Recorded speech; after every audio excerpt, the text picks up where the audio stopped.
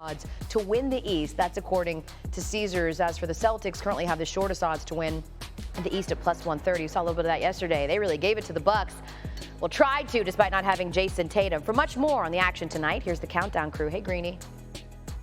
Hello, El. Thank you very much. Our buddy J.J. Redick is in for Michael Wilbon, still rehabbing the injured foot. Jalen Rose is here as we get set for a good doubleheader tonight. And the one and only Stephen A. Smith is with us from Las Vegas. And Stephen A., I will start with you. Celtics and Bucks have looked like the two best teams in the East pretty much from the jump. We've got Sixers and Cavs tonight. Which team do you think, as we head into the second half of the season, is the biggest threat to Boston and Milwaukee in the Eastern Conference?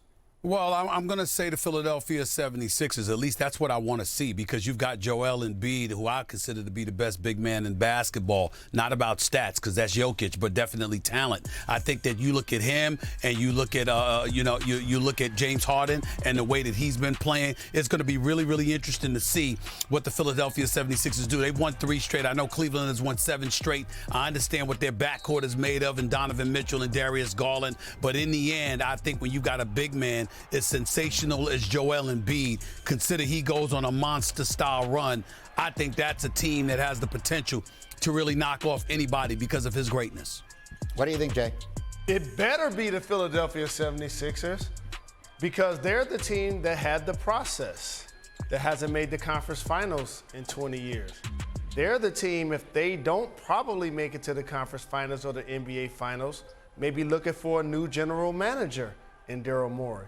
Maybe looking for a new coach in Doc Rivers. May even lose James Harden. So for the Philadelphia 76ers, they're on the clock. We've seen so many other teams win the East since LeBron left the conference. Now it's their turn. The Cavs are ahead of schedule. What do you think, JJ? Well, I think the obvious answer here is the 76ers, but I'll play devil's advocate here, because I think we are sleeping a little bit on the Cleveland Cavaliers. By all metrics, this is an elite team in basketball. Number 1 defense in the league, number 10 offense, number 2 net rating. Where they have struggled is closing out games. They have not been good there. But their core 4, all under 26 years old, all have made an all-star game with the exception of Evan Mobley. This is a team that if they figure it out come playoff time, they're going to be very dangerous in the Eastern Conference. Yeah, Stephen A., could you just describe quickly how much it will disturb you if Donovan Mitchell should lead the Cleveland Cavaliers to the NBA Finals? Why you got to go there, Greeny? I mean, listen, man, you're supposed to show me love. Let me tell y'all something, man. I'm very, very serious about this. People have looked on my face. I've been on the road. I've been working a lot, and they think it's fatigue. No, it's a touch of depression too, because Donovan Mitchell is supposed to be in a New York Knicks uniform. Could you imagine what the New York Knicks with Donovan Mitchell and Jalen Brunson, who should have been an all-star? Could you imagine what the New York Knicks would be doing if Donovan Mitchell was there? And the New York Knicks, first of all, Leon Rose wasn't even on a call negotiating the deal with Danny Ainge. He had somebody else doing that. Don't get me started with that. Didn't want to surrender the picks. And on top of all of that, again, to see Donovan Mitchell playing the way that he plays, and you don't want to give up R.J. Barrett, I'm so sick.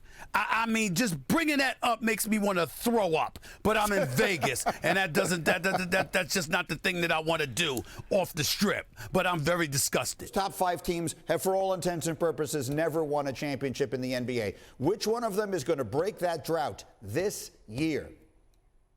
Well, if I had to pick one of them, it would be the Phoenix Suns, to be quite honest with you. I was tinkering with Denver, but damn it, I remembered that KD is there, and I'm picking them to come out of the West, so how the hell am I going to jump off of that ship right now? You have a point guard in Chris Paul. You have one of the prolific offensive forces this game has ever seen in Kevin Durant. Devin Booker is far from a slouch. He's an absolute stud, and you got a legit 7-footer in the post area who could do some things. By the way, in the open court, on the break, he could play with his back to the basket. He could finish at the basket, all right? And they're exceptionally well coached by Monty Williams. So I take all of those things into consideration, and that's the team that I jump out with. It's the Phoenix Suns. Now, JJ, they still haven't even played together yet, right? They have not even been on the court yet with Kevin Durant. But are they the right answer to you?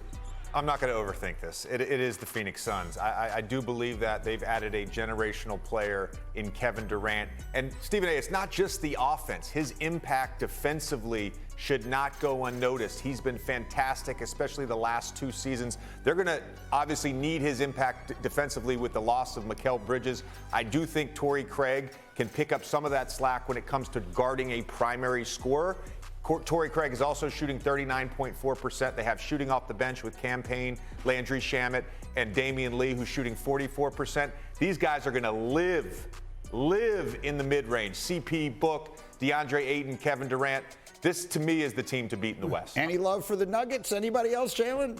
I think I'm going to give it a third nod and say the Phoenix Suns. And it just shows how the league in the West in particular is upside down when it's the Suns, the Clippers, the Grizzlies, the Kings, and the Nuggets, franchises in theory, as you mentioned, that have never won a championship, now vying for the opportunity.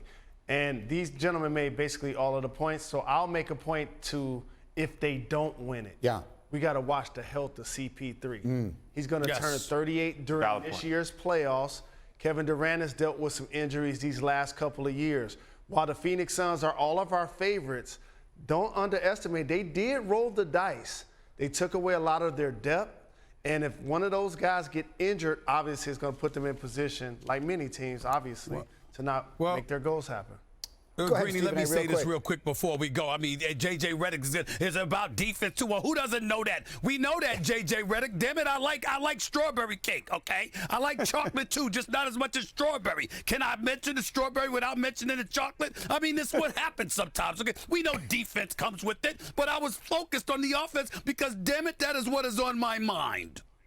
That's a fair point. I was actually just adding on to your point. I'm not here to argue tonight with you, Stephen. I did that earlier today. I did that earlier today on First Take. I'm not here to argue with you tonight. We jealous that you in Vegas and it's 3 hours earlier. Is there? When we get off I know work. that's what I'm saying. I'm just saying, man. You know, I'm in this dark booth, looking like I'm in. I feel like I'm in a coffin talking to y'all right now. And this dude is saying we got his defense too. Yeah, we know that. I just want to make sure he knows we know this. All right, someone get Stephen A. some strawberry cake, which I'm not sure I've ever heard of exactly. In the meantime, there is one other shoe that we're all kind of waiting to drop in the NBA's Western Conference, at least for the moment. And let's get Woj in for the very latest on that. Insider extraordinaire Adrian Wojnarowski. What is the latest with Russell Westbrook, who I know is in Utah, but no one expects him to stay there? That's right, Greeny. I'm told that Russell Westbrook has permission from the Jazz to go out and explore with potential buyout teams a role elsewhere that might fit. And so he has been spending, he and his agent Jeff Schwartz have been spending this week doing that among the teams that they've communicated with: the Bulls, the Clippers, the Wizards, the Miami Heat.